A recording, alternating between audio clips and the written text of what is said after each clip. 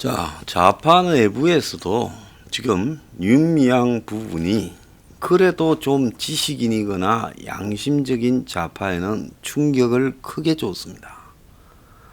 자, 30년을 해왔으니까 비리가 있어도 괜찮다. 30년이 아니라 3000년을 했더라도 비리가 있어서는 안 되죠. 저도요, 대학 다닐 때 대학원까지 학생운동을 한 거 빼고 7년을 농업경영인연합회라는 단체에 가서 헌신을 했습니다. 그 단체에서 받는 이 보수라는 게 참 월급이라고 하기에는 부족했지요. 생활하기가 쉽지 않았지요. 그럼에도 불구하고 7년을 해서 사무총장까지 하며 단체 이름도 바꾸고 건물도 만들어 놓고 집회도 하면서 그 단체의 이 정체성을 세워놓고 이렇게 나왔습니다. 근데 얼마 전에 그 단체가 100만 견 발안에 찬성한 걸 보고요. 나올 때는 후배들을 좀 꼽아놨는데 이제 다 허지부지 됐죠. 오래 시간이 지났으니까. 그렇게 변해가는가 싶어서 안타까웠습니다. 자, 그 7년의 세월을 하면서 제가 참 집회도 엄청나게 했고 수배도 되고 막 수많은 기소도 됐었습니다. 심지어 비행기 안에서도 불려 내려간 적도 있고요. 그러면서도 재산 하나 불리지 못하고 참 힘들게 살았고 한때는 투잡도 뛰었습니다. 저녁에 일 끝나면요 또 다른 일을 하러 간 적도 있습니다. 자, 그렇게 살면서 시민운동을 저도 했어요. 너희들만 한 게 아니라는 거죠. 지금 이 정권의 민주당의 국회의원 배지 다른 운동권 중에 저 아는 사람 많을 겁니다. 그때 같이 연합에서 운동한다고 많이 뭉쳐서 잘 알 겁니다. 그 사람들 중에 제 모르면 시원찮은 사람이에요. 윤미향 같은 사람은 저 모를 거예요. 그런데 그건 그대로 사회를 발전을 위해서 시대적 고민을 한 사람들이 헌신했다고 생각해야 되는 거지. 30년을 했으니까 본전을 뽑아요? 아닙니다. 제가 이 보수로 넘어오고 나서도 시민운동을 한다고 이 연구소를 세우고 정치판에도 기웃거리지 않으면서 지금 미래경영연구소만 한 11년 이상 하고 있습니다. 자, 그래서 지금 그런 부분의 대가를 가지고 뭔가를 당연히 챙겨야 된다 하고 마치 그런 헌신의 대가로 나는 뭔가를 반드시 얻어야 된다라고 이런 생각을 한다면 그건 시민사회운동이 아니라 그건 또 다른 한마디로 출세하기 위한 돈을 벌기 위한 수단에 불과한 거죠.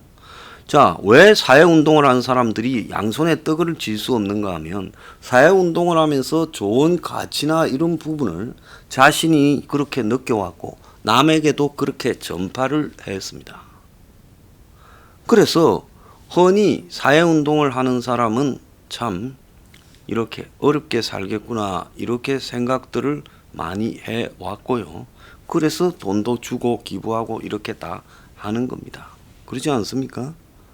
자, 그런데 그 생활을 30년 하면서 자기는 자기 나름대로 자기의 스펙에 비해 훨씬 더 나은 위치에 올랐죠. 사회운동 30년을 했으니까 국회의원 배지 단 거 아닙니까? 지금 민주당의 대부분의 사람들이 다 그런 경로를 통해서 학생운동, 사회운동 경력으로 국회의원 배지 달고 고위 공무원 되고 청와대에 있고 행정부에 들어가 있고 그런 거 아닙니까? 남들은 고시 공부할 때 안 하고요. 자, 그러면 윤미향이가 이번에 15번으로 비례대표를 단 것도 그 30년에 대한 대가다 칩시다. 그러면 그 30년을 헌신 운운할 필요가 없지요. 남이 고시 공부 10년 할 동안에 나는 사회운동 30년 해서 들어왔다 생각하면 되는 겁니다. 그러니까 이 사회운동도 출세의 기반이고 일종의 돈 벌기 위한 수단에 불과했다는 겁니다. 제가 윤미향이나 이석기나 보세요. 이석기도요. 뭐 CMP 커뮤니케이션부터 해서 여러 가지의 회사와 또 여러 가지의 재산을 소유하고 당시 통진당의 지금 선거에도 이석기가 대부분 일을 맡았지 않습니까? 뭐 그때 비리가 있었니 어쩌니 하지만 그건 법적으로 그렇게 확인되지 못했습니다. 다만 이석기가 사회운동을 한 사람으로서 굉장히 많은 재산 축적과 다양한 사업 능력을 보였다라는 것은 그거는 부인할 수 없는 사실이에요. 그래서 이석기 일파가 결국 CNP 전략 그룹을 만들어 가지고 1년에 매출을 2007년, 8년, 9년 이럴 때 수십억씩 올렸다라는 것은 다 아는 거고, 그래서 그런 회사가 결국 통진당이나 민노당 이런 부분에 사업을 숱하게 맡아오지 않았습니까?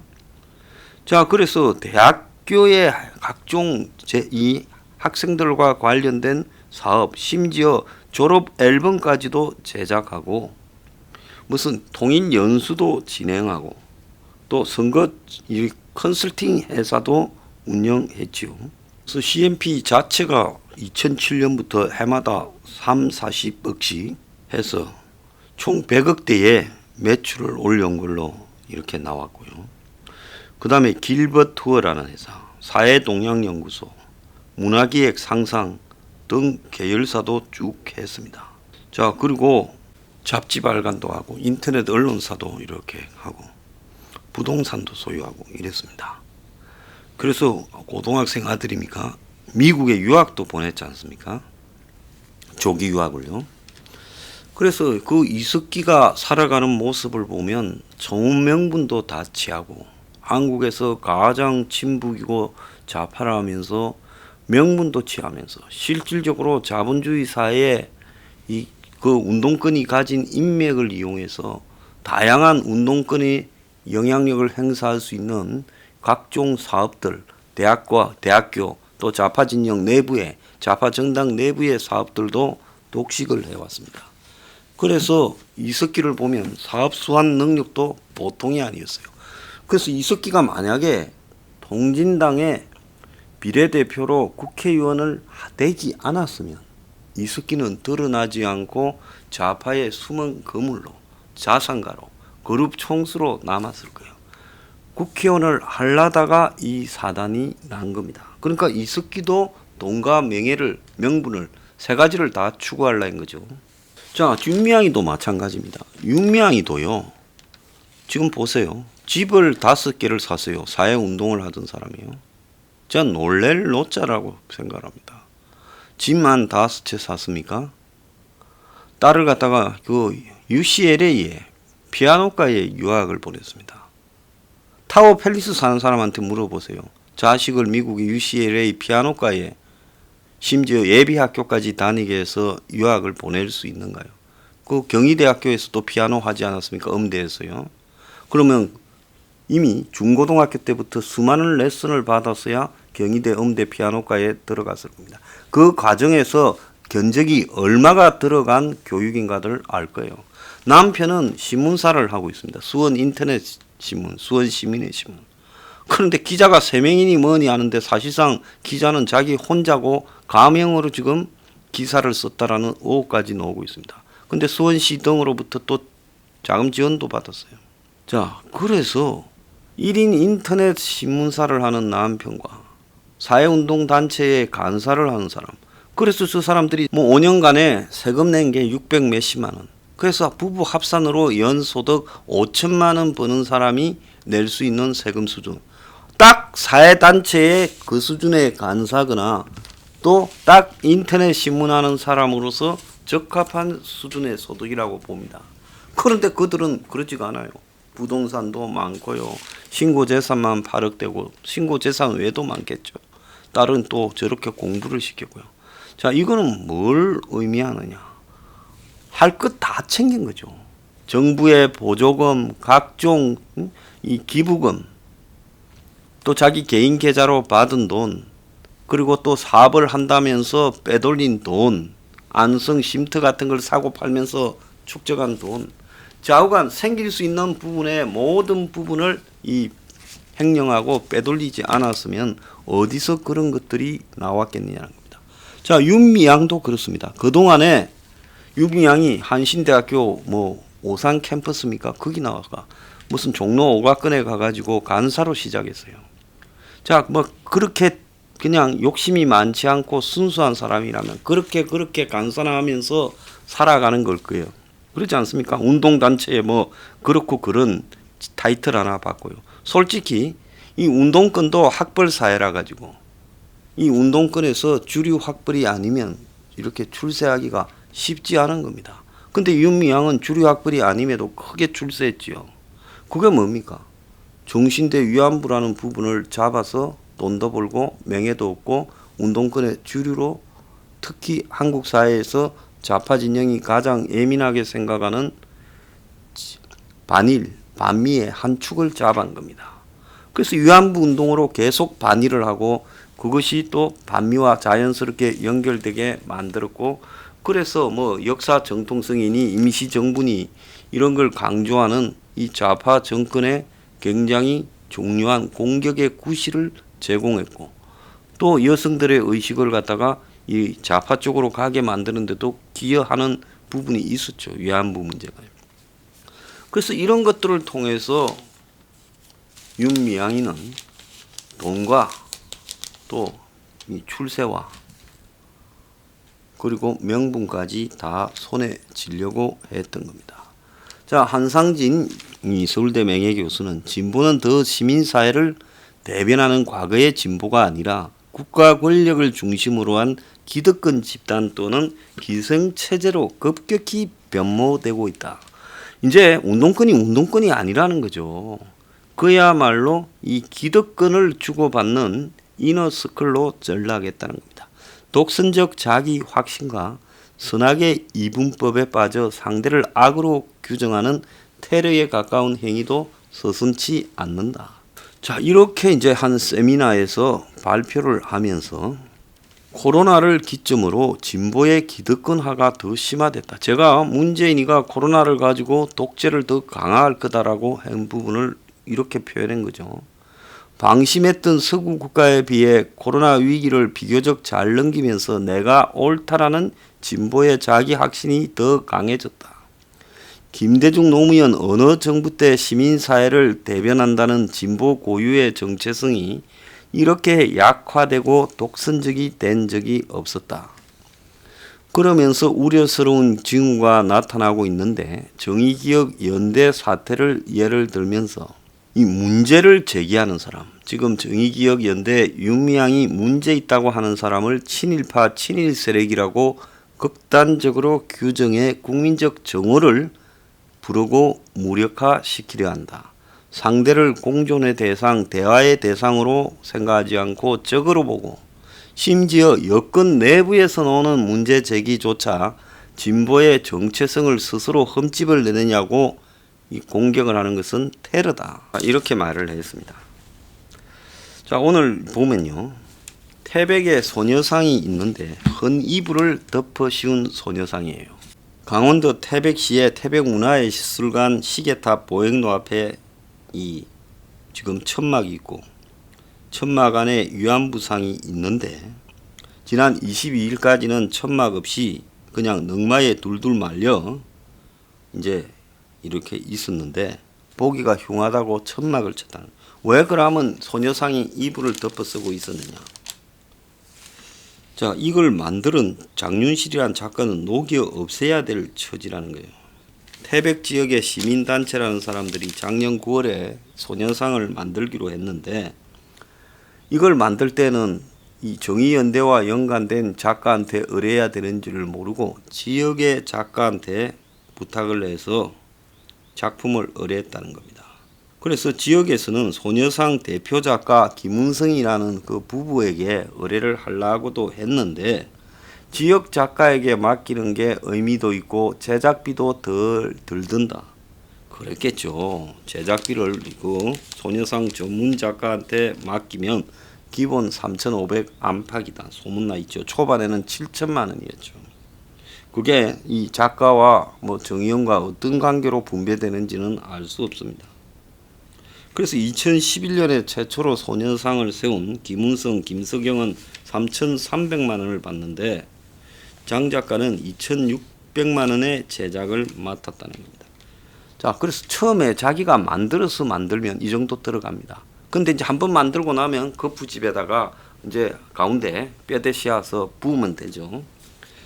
자, 그런데 제막식을 5월 23일 날 했는데 그 제막식 닷새 전에 전화가 왔다는 거예요. 그래가지고 이 원래 작가 부부가 보냈더라는 거예요. 저작권법 위반이라는 거예요. 그래서 태백 소녀상과 이 원래 작가 소녀상이 헤어스타일 무렵에 얹은 솜 분위기가 비슷해서 당신이 범죄 행위를 저질렀다 이렇게 말했다는 겁니다. 그래서 폐기 처분을 요구했다는 거예요. 법적 대응을 한다면서.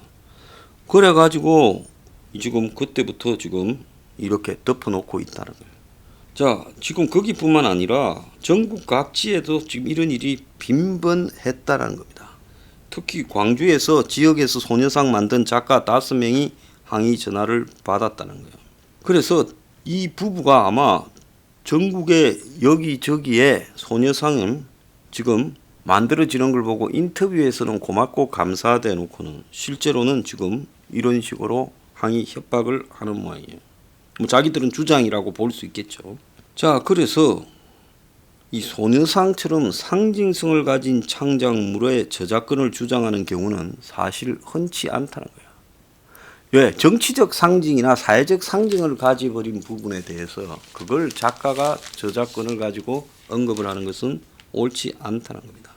자, 이 부부가 그동안에 소녀상 만들어서 31억의 매출을 올린 걸로 충산이 된다는데 정의연 홈페이지에 따르면 140여 개가 이상이 국내외에 있대요.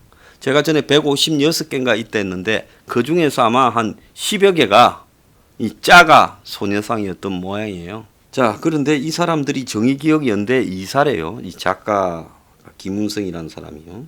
그래서 이렇게 돈 번 중에 일부를 정의연에 기부한다는 거예요. 그래서 2018년에는 한 6,870만 원을 기부했다는 기록이 있다는 겁니다. 그래서 원가가 얼마냐? 제가 전에 원가 어떤 사람은 한 500만 원이면 된다 그러더라고요. 처음에 만드는 게 있어요. 그런데 뭐 전문가라는 사람들은 좀 세게 부르겠지요. 뭐 한 1,000만 원에서 2,000만 원이다 하고 조각가는 재료값 1,000만 원, 기단 700만 원일 거다. 통주물 방식은 아닌데 해 2,000만 원이다. 주물 공장과 대량 주문에 따른 단가 인하 협상이 있었을 거다. 그래서 원가는 뭐 조선은 한 2,000 불러서 나는 1,000만 원 이하라고 봅니다. 어떤 사람은 한 550만 원 정도면 된다고 하는 사람도 있었어요. 그래서 이 사람이 최소한 10억에서 한 20억은 벌었을 거라고 보는데요. 자, 이건 또 뭡니까? 지금 민주당은 국민의 70%가 윤미향이 사퇴하라는데 언론 일부의 왜곡이라고 여기서 물러서면 진보 시민운동의 끝이라고 기상천외한 행태를 보이고 있습니다. 지지율 계속 내려갈 거예요. 문재인 지지율 좀 내려왔더만 민주당 지지율도 그렇고요. 이게 지금 뭐냐 그러면 결국은 이 좌파들 내부에서 돈과 출세와 명분까지 다 쥐고 갖고 놀겠다라는 그 탐욕이 부른 부분이다. 그래서 세상엔 진짜로 순수한 사람은 거의 없다라는 겁니다. 오늘 보니까 한 언론에 무슨 신부가 칼럼을 이야기했는데 이 종교에서 신의 심판이 있을 거라고 겁을 주는 사제는 잘못된 거다. 마찬가지로요. 시민운동하면서 자신들이 정의와 모든 진실을 다 가지고 있다고 말하는 것도 잘못된 거다. 그건 그냥 사람이 살아가는 방식일 뿐이고요. 30년을 했든지 300년을 했든지 그건 네가 좋아서 한 거고 그 결과를 가지고 무슨 마치 거대한 다른 비리를 감추려고 덮을 수 있는 명분은 하나도 되지 않는다는 겁니다.